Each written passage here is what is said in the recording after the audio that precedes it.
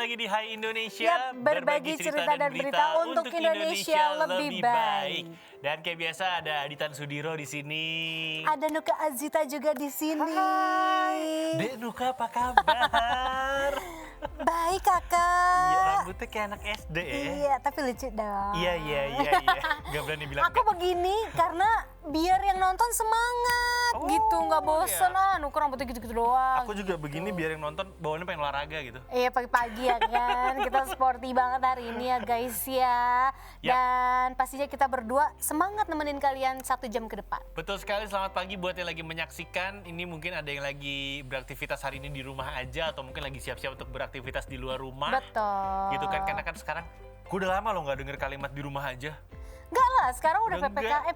Aku sih berdoanya memang secepatnya Indonesia dari pandemi menjadi endemi ya guys. Gini-gini ya. aja lah ya, jangan gini-gini terus lah ya. Jangan gini-gini terus lah, karena kan banyak negara tetangga yang sudah bebas, sudah memberlakukan new normal gitu. Betul sekali. Dan sambil nemenin teman-teman yang lagi nontonin kita nih, kita bakal ngebahas hari ini sesuatu yang berkaitan dengan olahraga. Olahraga.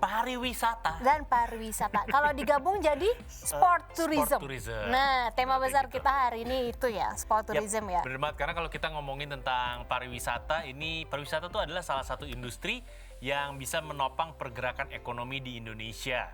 Jadi di dunia, pariwisata Indonesia itu udah cukup banyak dikenal ya. Dan meskipun demikian, perkembangan ini terus dilakukan untuk meningkatkan kualitas dan juga wisatawannya, baik wisatawan lokal maupun wisatawan mancanegara. Dan salah satu peristiwa yang menarik dan memiliki potensi sangat besar untuk dikembangkan adalah peristiwa olahraga atau yang lebih dikenal dengan istilah sport tourism.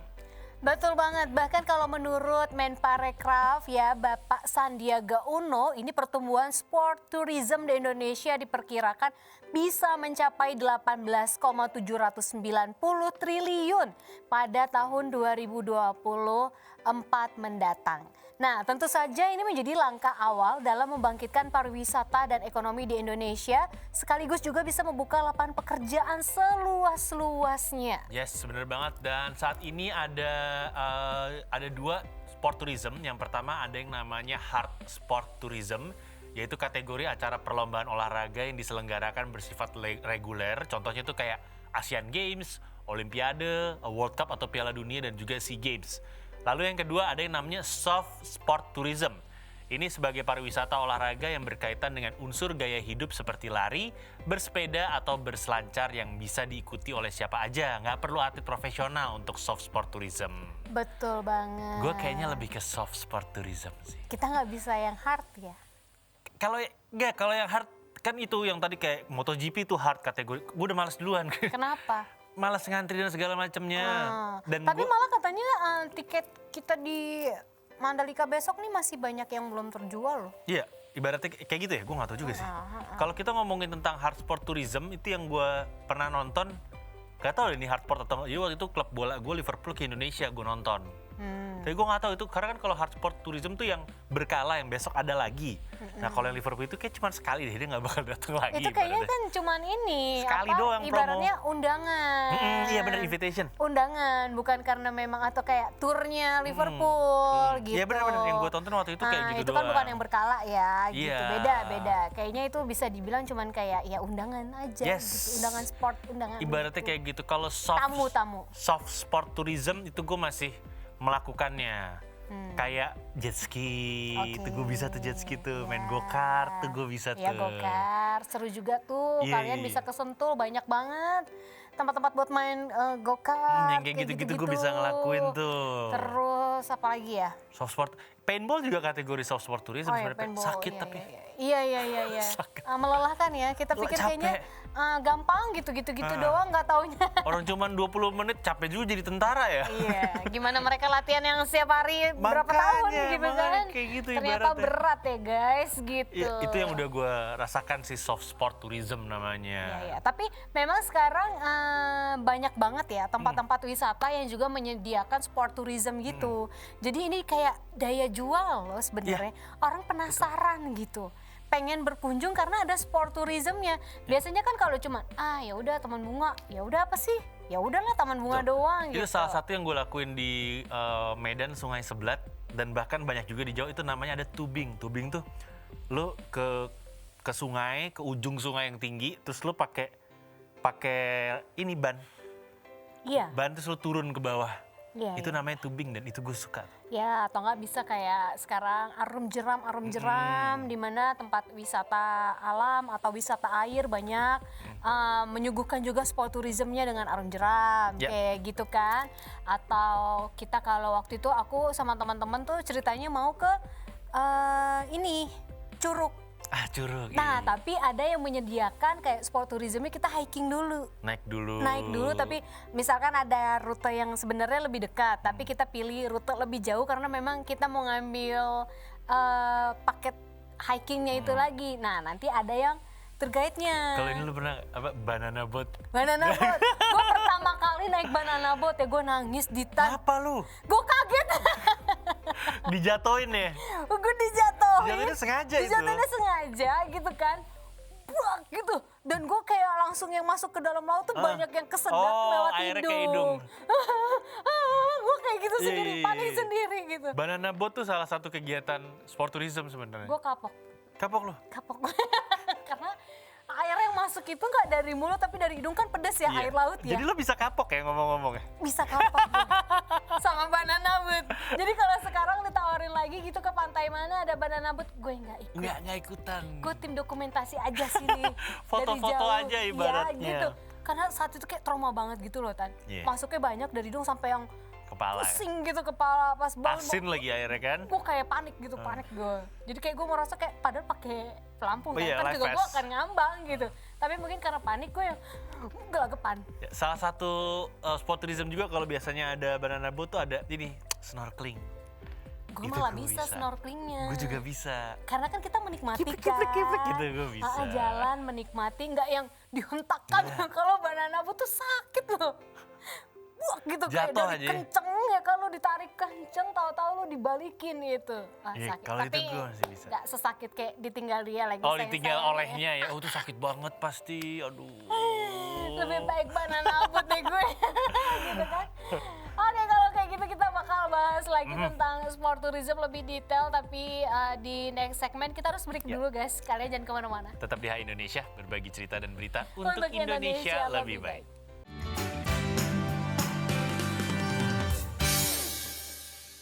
Kita kembali lagi di Hai Indonesia, berbagi cerita dan berita untuk Indonesia lebih baik. Masih ada Ditan, ada Nuka juga di sini. Kita masih membahas mengenai sport tourism. Betul. Tadi kan udah kebagi dua kategori ya. Hard tourism itu yang kalau kita nonton ada pagelaran kayak MotoGP, Ya, SEA Games, Olimpiade, ya, Piala sepak Dunia bola, itu, gitu-gitu. ya itu kategorinya hard sport tourism. Kalau yang soft sport tourism itu kategorinya yang kayak banana boat, Kayak tadi terus ada go-kart. go-kart, ya, Go-kart, terus snorkeling, apa, surfing, hiking, surfing tuh kategorinya Ya, soft sport tourism. Yang kayak gitu-gitu. Maksudnya yang Betul. kita bisa nikmatin lah. Nggak ada gitu. kompetisinya. Nggak ada kompetisi karena memang kita nikmatin buat diri kita sendiri. Iya, bener gitu. banget. Dan ini dia beberapa kegiatan sport tourism yang bisa kita coba lakukan bersama nih. Yang pertama itu adalah berlari atau running. Ini adalah aktivitas sport tourism yang bisa dilakukan di beberapa destinasi wisata yang menawarkan wisata kuliner, wisata budaya, dan juga objek wisata lainnya. Sebagai aktivitas sport tourism yang terbilang gampang dilakukan, kegiatan berlari atau running ini bisa dilakukan secara mandiri maupun dalam marathon event yang melibatkan ribuan orang. Lu Iya. pernah nggak Apa? maraton gitu? Oh, enggak, Gue enggak. pernah nge-MC, Enggak. capek nunggunya. Gue aja nunggu mereka capek, Gue gimana pikir mereka lu yang pernah lari. ikut dengan gimana? Gue pernah sih? 3, 2, 1. Gue pikir lu yang ikut lari. Capek nunggunya nih, mana nggak balik-balik gitu. Oke, selanjutnya ini kita punya soft sport tourism lainnya, yaitu ada hiking yang tadi Nuka bilang ya kan. Hiking adalah kegiatan berkreasi, berjalan jauh dengan medan perjalanan yang masih mudah dilalui ya. Jalur hiking ini juga biasanya sudah dipersiapkan oleh destinasi wisata setempat, baik jalan setapak hingga gang sempit. Bahkan titik-titik untuk istirahat pun ada biasanya. Nah, hiking biasanya dilakukan secara berkelompok dan memiliki timetable atau perhitungan waktu yang sudah ditentukan biasanya. Oke, kayak waktu itu aku kita Hiking ya? range-nya antara 20 sampai 30 menit untuk bisa sampai di Lewi yang paling curug yang paling tinggi gitu. Oke, dan emang faktor U ya. Faktor U. gitu. Capek ya? Nggak biasa soalnya Oke. tiba-tiba hiking, jadi ya kayak gitu. Kalau gue inget sekarang gue pernah. Jadi sebenarnya gue nge-MC juga tapi disuruh ikut, nggak bisa ngelawan karena panggungnya pindah ke sana. Oh, oke. Ini fun walk. Oh, oke. Jalan Iya, sehat, iya, fun iya, walk. iya. Itu gue pernah tuh. Oke, dan selanjutnya tuh ada yang namanya trekking. Trekking nih berbeda dengan hiking yang tadi Nuka cerita. Jadi kalau hiking tuh biasanya medan perjalanan lebih mudah. Sedangkan medan perjalanan trekking ini nggak bisa diprediksi. Dan biasanya trekking ini dilakukan di pedalaman suatu daerah yang masih kurang terjamah oleh wisatawan. Jalur trekking juga biasanya lebih panjang dengan rute perjalanan di daerah yang masih minim sarana. Dan ini juga merupakan salah satu kegiatan sport tourism yang populer di Indonesia. Yap, selanjutnya kita punya surfing. Nah, kalau kalian yang suka surfing mungkin bisa menjadi salah satu alternatif ya. Kegiatan ini nih bisa menjadi sport tourism yang populer banget di Indonesia. Hal ini karena memang banyaknya destinasi wisata pantai di Indonesia yang menawarkan deburan ombak tinggi dan termasuk dalam sport surfing terbaik di dunia. Seperti di Pulau Sibora atau Sumatera Barat nih, ada pantai Ombak 7 juga di Jawa Barat, terus ada pantai Uluwatu di Bali, ada Pulau Nihiwatu di Nusa Tenggara Timur, dan itu banyak lagi ya. Pokoknya tempat-tempat di Iya. Indonesia yang bisa buat jadi sport Gue surfing. tuh sebenarnya pengen banget kayak cowok surfing tuh keren, tapi gue gak bisa berenang. Jadi kalau gue kenapa-napa tengah laut susah gue. Mati tenggelam. Kayak kan keren gitu kan. Iya, Gue bisanya bodyboard, tau gak lo bodyboard? yang kalau surfing kan agak ke tengah pantai, kalau bodyboard pinggir-pinggir di bibir aja. pantai. Iya, Itu gue iya. bisa gitu-gitu gue bisa tuh kalau bodyboard tuh. Oke, Oke, dan baik, selanjutnya nih, selanjutnya. ini gue juga suka nih ada namanya rafting atau yang kita kenal dengan sebutan arung jeram. Kalau mau coba simulasi rafting atau arung jeram bisa di Dufan ya. Ada tuh simulasinya tuh ya. Tapi nggak di sungai beneran, sungai bohongan tapi kalau di sana. Dan rafting atau arung jeram biasanya dilakukan secara berkelompok dengan menyusuri sungai berarus liar. Dan ternyata kegiatan sport tourism yang satu ini udah sejak dulu diminati oleh wisatawan karena banyaknya titik-titik sungai terbaik yang menantang untuk rafting. Misalnya kayak Sungai Pekalen di Probolinggo, Jawa Timur, Sungai Nimangsa di Minahasa, Sulawesi Utara, Sungai Alas di Aceh, dan juga sungai-sungai lainnya. Iya, terus selanjutnya ada yang namanya kayaking. Mungkin banyak yang belum tahu kayaking. Kayaking itu apa ya? Dan ternyata kayaking ini adalah kegiatan sport tourism yang satu ini memang nggak bisa dilakukan secara berkelompok karena kegiatan sport tourism yang satu ini menggunakan perahu perahu kayak namanya, yang hanya bisa dilakukan oleh satu orang aja. Sama-sama menyusuri destinasi wisata sungai berarus liar, kayaking ini akan lebih memacu adrenalin kalian ya guys. Karena kayaking juga bisa dapat dilakukan di perairan tenang yang jernih untuk menikmati keindahan alam. Kayaking yang tau gak sih lo yang pakai itu kecil yang set. satu Gue tertarik sih. resapan. Tapi di ini ya di lautan atau di sungai yang tenang Ya kayak tadi, arusnya. sungai yang tenang, sungai yang jernih, jadi kita bisa ngeliat bawah laut, biota bawah laut seperti Iya, apa. yang lautan tenang gue tertarik banget sih melakukan itu karena kayaknya kalau santai-santai Anak senja gitu. ngedayung gitu gue bisa tuh kayaknya. Oke, selanjutnya ada rock climbing. Rock climbing atau panjat tebing ini merupakan salah satu kegiatan sport tourism yang seru dan cukup menantang ya. Selain memacu adrenalin, panjat tebing juga bisa melatih kekuatan dan kelincahan tubuh. Tapi sebaiknya bagi yang pengen coba rock climbing ini harus memiliki keahlian khusus. Harus sudah pernah berlatih lah at least ya. Dan ini dia beberapa destinasi wisata panjat tebing terbaik di Indonesia. Yang pertama ada Gunung Parang di Jawa Barat. Terus ada juga Tebung Citatah di Sumatera Barat. Ini Tebing. dua di antaranya ya. Oke, selanjutnya fishing. Oh ini nih. Ya kan, banyak yang suka pasti laki-laki. Mancing mania. Ya kan? Nah, kalau fishing ini sama aja memancing ya guys, yang juga merupakan aktivitas sport tourism yang menyenangkan banget pastinya bagi yang hobi. Bahkan di tahun 2021 pemerintah daerah Bangka Belitung ini mengagendakan Mancing the Belitung Reborn 2021 yang merupakan bagian dari sport tourism untuk mengajak wisatawan dapat berkunjung dari berbagai destinasi wisata setempat. Jadi pindah-pindah tapi Bisa terus mengunjungi. mancing Betul, gitu ya. iya. Pindah-pindah tapi mancing. Iya, betul. Mancing ikan ya, jangan mancing keributan tolong. Jangan mancing jangan. ikan karena memang di sana ikannya masih bagus-bagus. Oke, dan selanjutnya nih ada juga olahraga jet ski.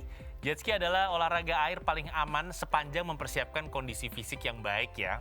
Jadi sport tourism ini mengandalkan potensi pulau-pulau yang indah sebagai daya tarik wisatawan. Iya sih, jet ski kategorinya aman selama kita mesinnya dirawat, terus selama kita main jet skinya di saat arus juga lagi nggak berbahaya, itu kategori yang aman sih.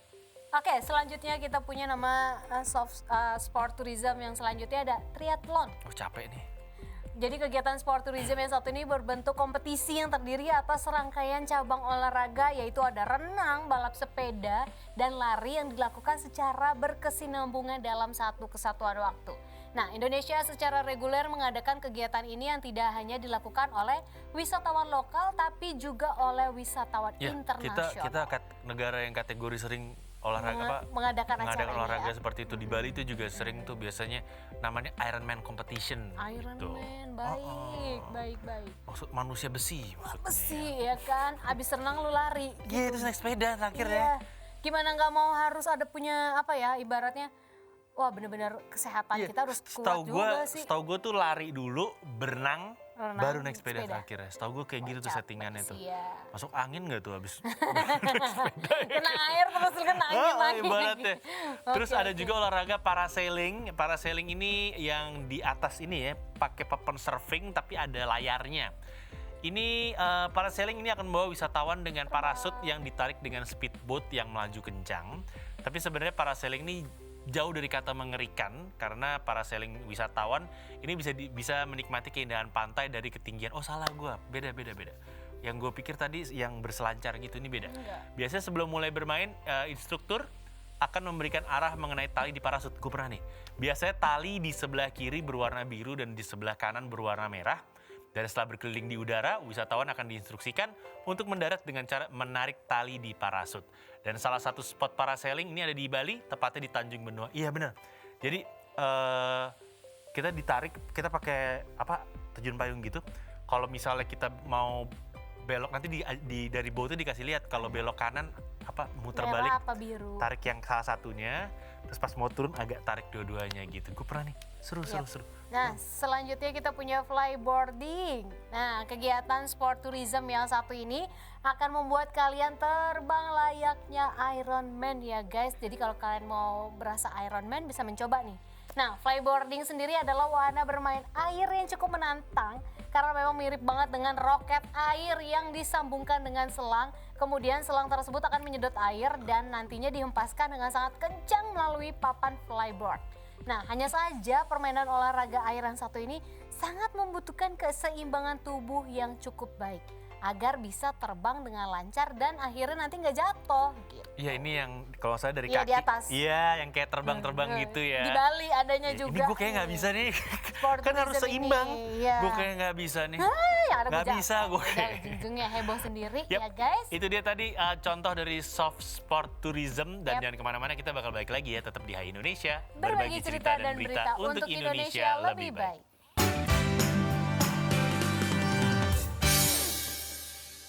Hai Indonesia, kita balik lagi ya. Masih sama Nuke dan ada Ditan juga, dan kita masih mau bahas sport tourism. Nah, kalau tadi kan kita bahasnya soft sport tourism. Tapi kalau berbicara mengenai sport tourism ya guys ya, Indonesia ini memang memiliki banyak banget event sport tourism yang banyak menarik wisatawan mancanegara untuk mengikutinya gitu. Nah, kayak yang pertama ada Tour de Singkarak. Ya, Tour de Singkarak ini akan mengajak kalian sepedahan sambil nantinya keliling kota atau desa tertentu dengan menyenangkan pastinya. Jadi nggak heran kalau kita bersepeda menjadi salah satu sport tourism yang banyak diminati sekarang ya. Dan diadakan event ini sudah dari tahun 2009. Nah, Tour de Singkarak sendiri menjadi ajang balap sepeda incaran wisatawan dalam negeri maupun mancanegara pecinta olahraga bersepeda. Jadi kompetisi ini biasanya akan diadakan di sekitar Danau Singkarak, Sumatera Barat, yang tentunya akan memberikan pengalaman balapan yang cukup mengasyikan buat kalian. Dan hal ini nanti rutenya akan melewati pantai, danau, dan juga berbagai tikungan tajam. Seru sih. Siap-siap tuh dengkul copot ya. Siap-siap ya. Dan selanjutnya ini ada juga Tour de Banyuwangi Ijen. Yap. Jadi selain di Sumatera Barat, lomba balap sepeda bergengsi dunia ini juga digelar di Banyuwangi.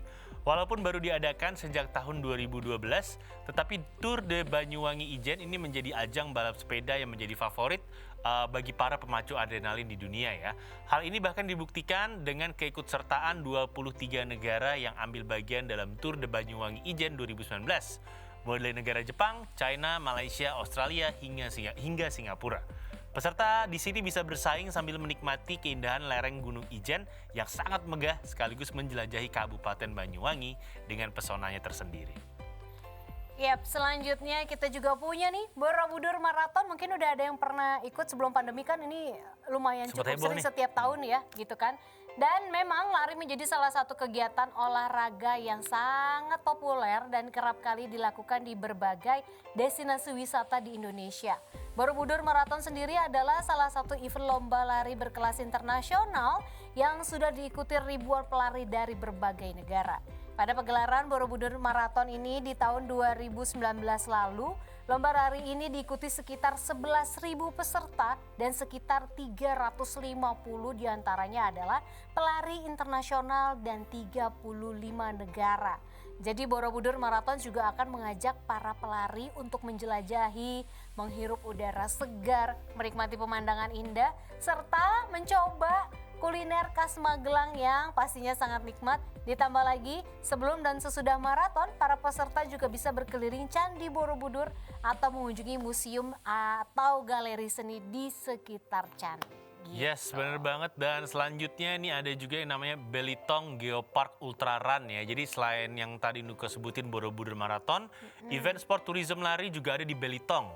Rutenya juga dibuat cukup unik karena para pelari akan melewati berbagai destinasi wisata kayak Bukit Peramun, Tanjung Kelayang, hingga Danau Kaolin. Sama halnya seperti Borobudur Marathon, Belitung Geopark Ultra Run ini juga diikuti oleh para peserta dari berbagai negara, seperti negara-negara dari Eropa dan juga Amerika Serikat. Ya, selanjutnya ada Ironman Bintan. Wah, ini keren banget Ini yang nih gue bilang pastinya. tadi nih, Ya kan? triathlon. Ya, menjadi salah satu ajang triathlon paling menantang di Asia adalah daya tarik dari Ironman Bintan. Bayangin aja ya guys, pada tahun 2019 Ironman Bintan diikuti sekitar 1044 peserta dari 58 negara. Dan daya tarik lainnya dari Ironman Bintan ini adalah ya pastinya lah ya pemandangan indah yang disajikan. Mulai dari berenang di pantai dengan pasir putih yang bawah lautnya juga indah banget. Terus bisa bersepeda di jalur tunggal yang berliku-liku dengan pemandangan yang pastinya juga indah. Yap, dan itu yang menarik dari gelaran triathlon atau Ironman itu hadiahnya sih. Ya luar biasa ya. Gede banget hadiahnya. Gede banget ya, apalagi gitu kan. adanya di Bintan lagi. Hadiahnya itu gede banget uangnya Bintan gitu. tuh Jadi cakep sih. semuanya pasti tertarik untuk ikutan gitu serta dalam lomba-lomba triathlon atau Ironman tertentu Betul, gitu betul. kan. Dan selanjutnya ini ada yang namanya World Surf League. Jadi memiliki pantai dan pemandangan laut yang indah ini menjadi alasan bagi Pulau Bali menjadi tuan rumah World Surf League Champions Tour 2019 lalu. Dan ajang berselancar ini membawa berbagai peselancar terbaik dari seluruh dunia untuk menaklukkan ombak di Bali. Ada sekitar 56 peselancar terbaik dunia dari berbagai negara yang mengikuti event ini. Betul banget. Selanjutnya kita juga punya World Superbike and MotoGP. Dan salah satu event sport tourism yang sedang berlangsung adalah World Superbike and MotoGP di sirkuit Mandalika, Nusa Tenggara Barat ya. Bisa dikatakan ajang balap motor ini paling ditunggu-tunggu para pembalap dunia dan juga para pecinta MotoGP. Apalagi ditambah dengan pemandangan sirkuit Mandalika yang sangat indah pastinya. Tentunya ini menjadi salah satu daya tarik tersendiri bagi wisatawan yang datang ke sana. Ya, dan ada juga yang namanya Sail Sabang nih. Jadi di Aceh itu mereka pernah menjadi saksi perhelatan sport tourism terbesar, yakni Sail Sabang 2017 lalu ya. Jadi Sail Sabang sendiri ini merupakan salah satu event sport tourism bahari terbesar di Indonesia yang pernah diadakan pada tahun 2017 akhir. Sebanyak 24 jenis kegiatan diadakan untuk memperkenalkan budaya Nusantara, mulai dari olahraga, tari, hingga seni musik. Nah, lebih kerennya lagi, Sail Sabang 2017 ini dimeriahkan dengan acara puncak berupa Tall Ship Parade yang diikuti dengan puluhan yah atau kapal pesiar dari berbagai belahan dunia. Yap, selanjutnya kita punya Jogja International Heritage Walk. Nah, event sport tourism ini menjadi salah satu agenda di negara ASEAN yang masuk dalam daftar Liga Jalan Kaki Internasional ya guys ya. Kalau biasanya event ini nih akan mengambil rute lokasi dengan titik finish di kawasan wisata Candi Prambanan. Nah, jadi nggak heran kan kalau banyak banget turis lokal dan juga mancanegara yang tertarik untuk mengikuti mengikuti event ini sambil menyaksikan megahnya Candi Prambanan di Yogyakarta. Iya, soalnya Magelang. muter ke sana. Oh iya, Magelang. Udah masuk Magelang, ntar kita Dibully demo lagi ya. orang Magelang, wah itu Candi Prambanan ya di Magelang. Dibully, gitu. serem lagi kalau mau sana ya. Sorry maksudnya Magelang. sambil menikmati kawasan wisata Yogyakarta dan menikmati kawasan Candi Prambanan di Magelang yang berbatasan memang tetangga dekat, saudara kandung lah mungkin. Ya, tapi di Magelang ya, dipertegas. Iya, lagi. Magelang Jawa Tengah. Tapi kalau lu boleh milih nih dari berbagai sport tourism tadi, mana yang pengen lo ikutin? Kalau lu punya kekuatan atau lu mau bikin sendiri? Prambanan. Iya, jalan kaki soalnya. Oh, fun walk ya, fun walk. Fun walk aja dan sambil lihat keramahan kota Yogyakarta, terus finishnya megah, kita sambil bisa lihat Prambanan. Kan waktu itu tuh gue lupa tahun berapa, 2012 atau 2013 sempat dibikin Jakarta kan yang dari Monas. Ya kalau Jakarta kan udah biasa lah karena memang kita tinggalnya di sini gitu kan sempat dibikin tuh yang juara kalau nggak salah orang Afrika deh yang dapat berapa ribu dolar, ratusan ribu dolar kalau nggak salah hadiahnya. Oh, wow. Yang juara adalah orang Afrika. Emang jadi biasa gitu kalau misalnya ada acara triathlon atau acara maraton gitu tuh ada geng-gengnya. Biasanya tuh ada geng Afrika yang oke kita datang, kita kincar juara 1, 2, 3 gitu. Baik. Udah ada kubu-kubuannya emang. Tapi kalau gue kayaknya ikutinnya nggak. Prambanan ya? Ikut aja nggak berharap menang juga sih guys. Jalan-jalan. Jalan-jalan intinya gitu, iya benar. Oke deh, itu kita dia bakal tadi. Bahas yang lain lagi nanti. Itu ya, berarti tadi kategorinya itu hard sport tourism ya? Hard sport tourism. Yes, yang udah kita bahas dan jangan kemana-mana, kita bakal balik lagi. Tetap di Hai Indonesia, berbagi cerita dan berita untuk Indonesia lebih baik.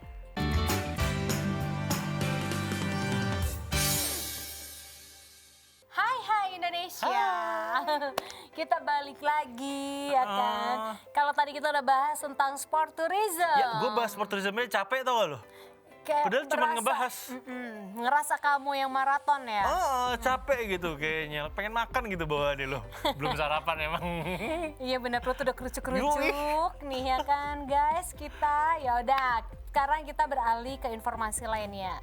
Kita nggak bahas sport tourism lagi, tapi mudah-mudahan sport tourism di Indonesia semakin berkembang ya. Jadi kan seperti tadi keinginan Bapak Menteri Kemenparekraf, Pak Sandiaga Uno untuk menaikkan ekonomi Indonesia dan juga membuka lapangan kerja seluas-luasnya. Betul, karena pariwisata juga bisa kena tuh. Bisa, ya kan? Oke, sekarang kita mau bahas apa sih, Tan? Sekarang kita mau bahas mengenai bagian tubuh kita. Tubuh. Aduh. Tubuh. Kepala, pundak, lutut, kaki. Lutut, kaki. Ya, daun, telinga. Ya. Hidung yang nggak mancung-mancung. Kali ini kita bakal membahas mengenai bagian tubuh yang bisa mengungkap kepribadian dan kecerdasan manusia. Yap, betul banget. Agak-agak percaya enggak sih ya. Jadi dulu tuh ada beberapa bagian tubuh yang dikatakan bisa menjadi ciri kecerdasan seseorang. Oh iya? Iya, ini dia kayak kuping caplang tuh katanya lebih pinter gitu. Nih hidung kayak gue. Kenapa ya, lebih apa ya? Kalau kata orang China, Chinese? hidung bohoki. Bohoki ya? Yang gede di depan. Tapi gue nggak tahu ya, kayak ini kita bahas aja ya, ini kan mitos juga. Istri gue tuh caplang, nah dia tuh di sekolah nilainya bagus. Iya, katanya, wah kuping lu udah caplang, kalau nggak pinter mah katanya. Tapi gue pernah kenal orang caplang yang nilainya kayak gue. Ada temen sekolah dulu. Berarti ya terserah Anda ya mau percaya atau tidak. Gitu, jadi dulu gue nggak percaya, sampai gue ketemu istri gue, nilai sekolahnya juara kelas mulu nih orang. Kalau filosofi pala botak apa? Oh nggak ada. Banyak berpikir. Oh iya, jadi pada kagak numbu lagi. Padahal mah turunan aja udah gitu kan. Nah, makanya ini kan sebenarnya mitos belaka, tapi kini ilmuwan juga menguatkan dengan data ya bahwa katanya hal tersebut sebenarnya nggak hanya mitos semata, namun juga bisa dibuktikan secara ilmiah gitu. Nih, dilansir dari Brightside, meskipun bentuk wajah dan tubuh manusia terbentuk oleh DNA atau genetik dan bukan karena bentuk kepribadian manusia, namun ada beberapa studi yang mengungkapkan bahwa bentuk tubuh kita ini bisa mengungkapkan beberapa tipe kepribadian yang kita miliki. Ada sebuah studi yang mengatakan bahwa genetika yang bisa membentuk respons diri kita dalam menghadapi dunia. Katanya sih gitu. Dan ini dia nih, beberapa bagian tubuh yang mengungkapkan yang bisa mengungkapkan kepribadian dan juga kecerdasan dari manusia. Yap, yang pertama dari bentuk hidung katanya. Jadi kalau menurut penelitian yang diterbitkan oleh Journal of Craniofacial di tahun 2013 lalu, jaringan lunak yang menyatukan tulang hidung, dan membentuk wajah kita bisa menyingkap beberapa kepribadian manusia. Seperti orang dengan hidung panjang katanya biasanya nih orang yang ambisius, pekerja keras dan profesional. Orang dengan hidung cenderung pendek biasanya sensitif namun loyal. Mereka menghargai banget perasaan orang lain dan lebih memilih kebahagiaan dalam keluarga dibandingkan kesuksesan dalam berkarir. Sedangkan dengan orang yang punya hidung lancip, biasanya nih katanya bisa mengelola keuangan dengan baik sehingga cocok jadi penasihat keuangan. Kalau orang dengan lubang hidung yang besar, mereka cenderung lebih suka menghambur-hamburkan uang daripada menyimpannya. Lalu kalau orang dengan lubang hidung kecil memiliki kualitas kesetiaan yang tinggi dan bisa menjaga komitmen dengan pasangan juga keluarga. Tapi tahu nggak sih ada lo tipe orang yang hidung kanan kirinya lubangnya beda, satu kecil satu enggak. Gue nggak tahu. Ada. Emang iya hidungnya mengsong atau gimana kali ya? Gue bingung. Ada satu agak gini, satunya normal. Kalau di operasi plastik, gue percaya lubang hidungnya jadi gede. Oh iya, dinaikin. Tapi kalau yang udah operasi plastik ya jangan ngebaca ini ya. Nggak masuk ya? Nggak termasuk. Udah berubah. Nggak masuk. Udah berubah. Udah Oke. berubah. Ya. Artinya berubah juga ntar. Beda soalnya. Selanjutnya ada juga bentuk wajah ya. Jadi menurut penemu dan pendiri kriminal antropologi Cesare Lombroso, dia nih menyatakan bahwa tipe kriminalitas bisa dilihat dari tipe wajah pelakunya. Serius nih. Gila. Serius nih Bapak Cesare. Jadi sebuah penelitian di tahun 2014 dan ini udah diterbitkan juga di PLOS ONE Journal. Ini mengajak 160 partisipan untuk menganalisis kecerdasan 80 siswa yang dilihat dari foto diri para siswa tersebut. Dan hasilnya adalah orang dengan wajah panjang cenderung lebih cerdas. Oke. Orang dengan wajah sempit. Sempit gimana lo kata gang sempit? Iya. Orang dengan wajah sempit cenderung lebih peka secara emosional. Sedangkan orang dengan wajah lebar ini lebih cenderung menghakimi, kurang menggunakan perasaan, namun cenderung sukses dalam karir dan pekerjaannya. Tuh, coba tuh untuk yang bisa baca wajah. Wajah yang baru pada jadi tersangka. Oh iya, coba tuh. DS Aduh. sama Ika. Nah, I sama K ya Iya, kan. itu. Inisialnya Ika sama DS tuh yang baru aja ditangkap. Ditan Sudiro. Nah, lu mau Nggak. apa yang disita? Nggak bisa, bohongnya susah. Kalau Anda kan Lamborghini warna birunya udah dibawa, Iya, nah gitu. Tuh, coba lihat bentuk wajahnya, wajah-wajah penipu apa enggak? Jangan-jangan ya, oke. Oke, selanjutnya kita bisa lihat juga dari bentuk mata. Jadi selama ratusan tahun para ahli meyakini bahwa bentuk mata bisa menyimpan ciri kepribadian seseorang. Lewat penelitian ditemukan bahwa orang dengan mata lebar dan besar lebih ekspresif dan emosional, juga sangat detail dan bersemangat hidup. Selain itu, orang dengan mata lebar dan besar juga sering dikaitkan dengan tingkat kecerdasan di atas rata-rata dan memiliki kepribadian yang ramah. Nah, sedangkan orang dengan mata yang cekung dan dalam biasanya memiliki kepribadian misterius dan juga suka mengamati banyak orang nih. Waduh, dia kayak intel dong. Asik. Suka mengamati banyak hal ya. Awas, matanya itu berbicara. Oke. Ya. Dan Dari matamu turun ke hati. Geli gue tuh. selanjutnya adalah bentuk bibir. Ini menurut John Hanner, dia adalah Kenapa ahli. sih harus ngomongnya begitu? Ya kan nama cara bacanya begitu, John Hanner gitu kan. Dia adalah ahli pembaca wajah ya. Jadi kalau ngeliat muka lu bisa baca. Wah ini nggak bener nih orangnya gitu contohnya, Iya, gitu iya, kan. Menurut dia adalah bentuk bibir ini bisa menyimpan rahasia kepribadian manusia. Katanya orang dengan bibir medium, Ini gimana, gue bingung nih. Medium, kita extra kayaknya, small, lu sama medium, gua large, kayaknya. XL. Begini dong Kayak kalau mau XL. mesen kebab ya, medium atau large ya. Ya kalau XL yang begini kalau di atas bawah yang Iya. kayak sekarang tuh gede. Nah, ini contoh ya, bibir medium ini biasanya membenci drama dan menghargai afeksi dan sangat mandiri dalam sebuah hubungan. Orang dengan bibir lebih besar atau tebal, nah ini gede nih, kebanyakan Lu kenapa sih? Enggak, Ingat orang di rumah ya? bukan. Lu versi gedenya gitu nah kalau dia habis disontok tawan gitu. Beda dong. Oke, biasanya orang dengan bibir besar dan tebal itu sangat peduli dan merawat orang lain, cocok dan jadi perawat. Oh iya. Gitu. Sedangkan orang dengan bibir tebal atau memanjang ke samping, Gue ngebayang. udah tebel nyamping Tebel lagi lagi. manjangnya. Ini Ya, sangat belak- murah hati dan peduli terhadap orang-orang yang mereka sayang. Sedangkan orang dengan bibir tipis, lu nih, Ih, lu tipis bibir lu. nggak ada tipis-tipis. Omongan lu enggak, bibir lu ya. Enggak. Ini mereka Lebih cenderung tebel omongan lu dari mereka gue. cenderung kompetitif dan penyendiri. Namun biasanya laki-laki dengan bibir tipis lebih cerdas dalam berpikir Dan laki-laki yang memiliki bibir bawah lebih tebal ini cenderung susah dipercaya. Gua dong. Ya siapa juga Gue yang sih nggak percaya? ngomong ya, lo sendiri yang Bibir ngaku. bawah gue lebih tebal dari atas. Beneran. Oke, selanjutnya bisa dilihat dari bentuk jari-jari. Langsung lihat jari-jariku. Jadi kalau menurut penelitian, panjang jari-jari kita itu dipengaruhi oleh kadar testosteron ketika kita masih di dalam kandungan. Dan berikut ini ciri kepribadian dilihat dari bentuk jari. Jadi kalau katanya kalau jari manis kalian lebih panjang daripada jari telunjuk. Gua. Tak dulu gue belum kelar ngomong. Jari. Biasanya orang tersebut memiliki kepribadian yang menarik. Oh iya? Mereka rela meresikokan segala demi orang yang dicintainya. Iya. Sedangkan jari telunjuk lebih panjang daripada jari manis, maka orang tersebut akan memiliki bakat menjadi pemimpin yang tinggi. Tetapi kalau kedua jari tersebut sama panjangnya, aku nggak tahu panjang yang mana ya. Orang tersebut cenderung lihai berkomunikasi dan pintar menjaga keseimbangan, ya. Coba lihat. Sama loh. Iya, udah itu. Kurang lebih Iya, jago komunikasi. Gitu. Penelitian yang dilakukan oleh, kalau kita lansir ya, dari penelitian yang dilakukan oleh University of Bath menyatakan bahwa anak laki-laki dengan jari telunjuk pendek biasanya lebih cerdas. Kan ke cowok-cowok. Enggak, gue pendek nggak cerdas gue. Nilai Ya. sekolah gue berantakan. Ya lu aja itu memang dasarnya dablek. Enggak. Sedangkan kalau anak-anak dengan panjang telunjuk dan jari manisnya sama, biasanya juga memiliki kepintaran di atas Oh, rata-rata. Nuka.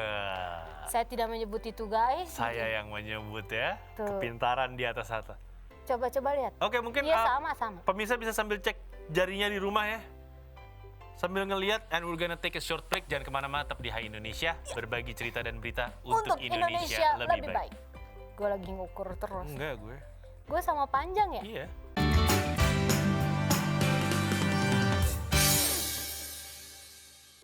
Hai Indonesia.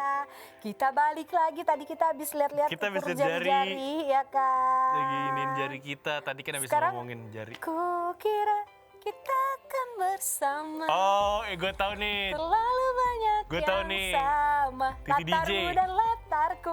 Dari mana Titi DJ punya lagu begitu? Hati-hati di Dita? jalan. Oh iya Titi DJ. Harusnya Titi DJ jangan mau kalah bikin lagu judulnya Tulus. Nggak bercanda gue. Ini garing ya Ini- guys sebenarnya. Sorry, maaf. Tapi aku ketawa biar kesannya lucu. Sorry, udah kesel banget dia. Iya. Nggak, ini lagunya Tulus yang lagi heboh banget diputar di mana-mana. Kan bersama. Ini kayak curhat tau kalau Iya, nyanyi lagu tapi hati-hati ya kalau misalnya lagi pernikahan ada yang bawain lagu ini, marahin. Ini kan lagu tentang pisah kan? ini. Masa iya lu wedding milihnya lagu begitu? Kali aja Ya, yang jangan dong. nyanyi. Kalau wedding lagunya Tulus yang teman hidup aja. Atau enggak lagu itu apa? Payung Teduh. Toret totet Akad totet nikah. toret. Enggak, karena ini memang kita lagi mau bahas lagunya album, khususnya album barunya Tulus ya guys ya, yang bisa dibilang ini udah memecahkan rekor di Spotify. Jadi penyanyi asal Indonesia nih si Tulus maksudnya akhirnya meluncurkan album studio keempatnya yang berjudul Manusia. Nah, berkat antusias penggemar, album baru dari Tulus ini berhasil pecahkan rekor guys di Spotify. Yap. Aku juga mengakui sih aku suka lagu yang Hati-hati di Jalan itu. Hati-hati Karena di di jalan. jalan nggak expect gitu loh, judulnya Hati-hati di Jalan, tapi ternyata liriknya Iya, gue pertama kali denger nih kayak emang gue nyetir belakang truk gandeng gitu kan, hati-hati. Gitu kan. Taunya Lu enggak. emang, lu Apa doang. mau nyebrang ya, mau nyebrang Iya, gitu kan. Hati-hati Ternyata di bukan. jalan. Gitu. Ini emang salah satu lagu dari album berjudul Manusia ya. Kan album sebelumnya kalau nggak salah ada judulnya Gajah, yang ini album judulnya Manusia.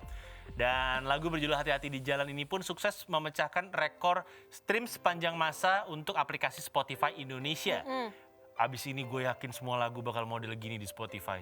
Ini total streamsnya itu ada 969.000 streams. Oh, dan berhasil memasuki tangga lagu global untuk pertama kalinya. Hampir Iya. sejuta ya. Padahal baru berapa hari dirilis Betul, gitu kan. Dan betul, Tulus berhasil menempati posisi 100 besar, yakni di peringkat ke-93 dalam global chart di dunia. Dan kabar ini diketahui langsung dari akun Twitter @chartdata, yang mana akun tersebut selalu memberikan update terkait tanggal lagu dari berbagai platform musik internasional. Ya, dan gak hanya itu aja, album Manusia ini juga berhasil menempati posisi ketiga di album debut Global Spotify. Nah, pertanggal 4 hingga 6 Maret 2022 ya. Wow, luar biasa. Tapi memang gila sih lagunya dia tuh, memang Tulus tuh selalu deh. Gue mau ngajak lo ngobrolin tentang Spotify. Jadi kalau kita ngomongin tentang Spotify ini agak unik ya. Kan kalau di Indonesia nggak banyak yang langganan. Gitu. Aku juga nggak langganan. Spotify, karena kan ada aplikasi yang lain ya. Jadi kalau misalnya kita 100.000 pendengar di Indonesia, itu nggak sebesar 100.000 kalau didengerin di global. Kayak di Korea pasti premium. Gitu, jadi waktu itu sempat pada heboh gitu. Gue lihat di Twitter juga, ada orang yang pendengarnya tuh misalnya 100.000 lagu didengerin gitu. Itu penghasilannya cuma misalnya 100.000 rupiah. Sedangkan ada orang yang 200.000 didengerin, penghasilannya cuma 50.000. Ternyata yang 100.000 itu didengerin di luar negeri juga. Oh, oke. Gitu, sedangkan yang 200.000 dengerinnya hanya di daerah Indonesia yang banyak yang nggak pakai premium. Gitu, jadi agak unik. Aku juga memang nggak pakai. Agak unik perhitungannya, kalau nggak salah tuh satu lagu didengerin itu sekitar 0,03 kali $7. 0,0007 gitu. Dan itu tergantung, kalau misalnya yang dengerin pakai premium bisa lebih mahal lagi. Oke. Jadi gitu, jadi banyak kalau di Spotify itu musisi-musisi Indonesia yang sengaja bikin lagu bahasa Inggris. Oh, biar didengerin juga bahasa Inggris. di global. Iya, di global, karena kalau di global iya. uangnya lumayan. Iya. Gitu, karena kan sekarang kalau zaman lo dulu kan Kenapa harus gue? lu kalau mau beli kaset di ini, sekarang udah nggak ada tempat yang namanya Aquarius, udah nggak ada sekarang. Iya.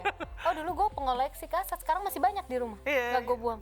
Lo belinya kan di toko-toko kaset gitu kan. Kalau sekarang kan udah nggak ada toko kaset. Nggak ada, iya udah nggak ada sama sekali. udah Ya sekarang alat buat fisik. muterin kasetnya aja juga udah jarang. Masih ada di radio-radio. Jadi radio yang tape-nya itu loh. Iya, buat maksud gue kalau di radio-radio itu mereka masih dikirimin CD. Oh Jadi iya. label ngirim mereka CD untuk dimasukin ke dalam radio mereka. Beda kan CD, ini kan kita omongin kaset. Oh iya. Maksud gue Kaset, fisik, yang kaset CD yang dan kaset. zaman dulu banget ya, kalau kita mau ulang Iya. kita putar pakai Yang pensil. sambil nyari kuncinya pakai gitar terus pakai pensil. Kayak pensil. Iya, ibaratnya Tapi kayak itu seru gitu. sih, gue akhirnya alhamdulillah ya kita ngalamin. Analog ya. Dan kalau kita ngomongin juga tentang musik itu, dunia persilatan musik Indonesia, jadi sebenarnya lebih gede kalau kita beli merchandise atau fisik mereka, kaset fisik atau CD, daripada lu dengerin online. Iya, kan kadang sekarang Itu nih ada sebenarnya. salah satu perusahaan makanan junk food. Oh iya, gue Chicken tahu. itu. Yang kalau lu mau beli ayam goreng ditawarin beli kaset kan? Karena kan sekarang dia udah menyediakan nih paket untuk berapa orang, Iya. tapi hadiahnya Iya. dia nganggap itu hadiah, dapat CD gitu. Iya. Dan kita boleh milih, di situ tersedianya CD dari penyanyi, tapi Iya. penyanyi Indonesia, siapa Betul. aja. Atau kalau lu belinya paketnya murah ditawarin boleh beli itu. Gue kalau mau beli slang ke situ.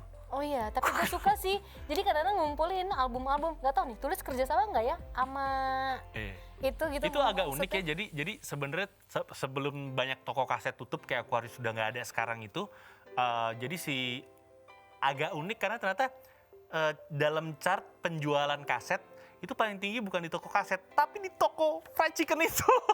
Iya, karena kan Juara penjualan. Mereka marketingnya kalau menurut aku lumayan berhasil nih. Semua loh, Sambalado, Ayu Ting Ting, lo Iya. pikir jualnya di mana sih tuh? Karena kan paket makanannya yang ditawarkan harganya juga bisa dibilang ya dengan harga segitu kita udah dapat berapa paket makanan plus CD.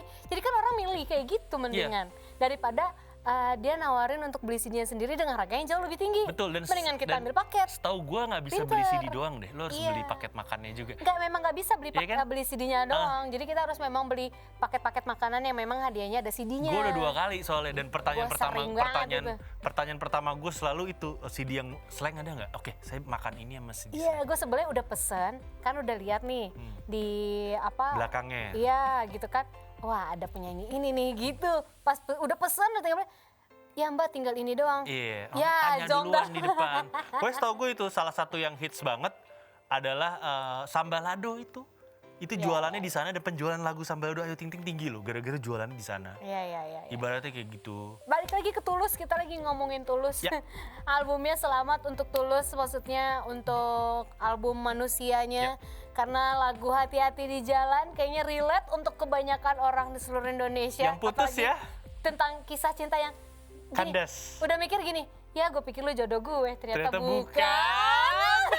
Tapi Jagain jodoh orang Tapi gitu unik sih, kan. jadi Tulus tuh di album sebelumnya kan namanya Gajah. Mengingatkan dia dulu waktu kecil kan gede suka dipanggil Gajah. Bentuk panggil gajah. Sekarang namanya Manusia. Manusia, dan memang menceritakan tentang kebanyakan kejadian yang relate dengan manusia. Iya, Kayak betul sekali. kalau kita lihat cuma judulnya hati-hati di jalan, tapi baca liriknya deh guys, dia bisa loh kayak menggabungkan lirik. Kukira kita akan bersama gitu. Taunya enggak. Terlalu banyak yang sama gitu kan, latarmu dan latarku kesannya udah sama Kok lu banget. hafal banget sih? Ya udah dengerin berkali-kali itu kayak obat lebih dari dosis dokter kayaknya itu lagu gue dengerin. Kayaknya lu inin banget, masukin hati banget gitu Dia liriknya. kan nanti pas sekali denger gini, kurang ajar. Lu ngomongin gua gitu. Kok nyindir gitu. Oke lah guys, selamat untuk Tulus sekali lagi. Tadi Ya. kita udah banyak bahas juga tentang sport tourism. Semoga sport tourism ke depannya di Indonesia juga jauh lebih berkembang ya. Kita mungkin harus mengakhiri dulu ya Yap, episode kali tapi ini. jangan lupa untuk protokol kesehatannya harus tetap ketat. Yang pertama adalah jangan lupa menggunakan masker, mencuci tangan, menjaga Jaga jarak, jarak. mengurangi mobilitas, menjauhi kerumunan, dan membatasi makan bersama. Yep, kalau mau hidup bersama harus disahkan dulu guys. Buffalo Jangan guys gathering ya, nggak baik Buffalo ya. gathering is not good for you. Kalau gitu Ditan Sudiro pamit undur diri. Nuka Azita beserta tim yang bertugas hari ini juga kita pamit undur diri. Kita ketemu lagi di next episode dari Hai Indonesia. Berbagi cerita dan berita untuk Indonesia lebih baik hanya di mata milenial Indonesia TV. Matanya Indonesia. Bye. Bye. Nasi Padang.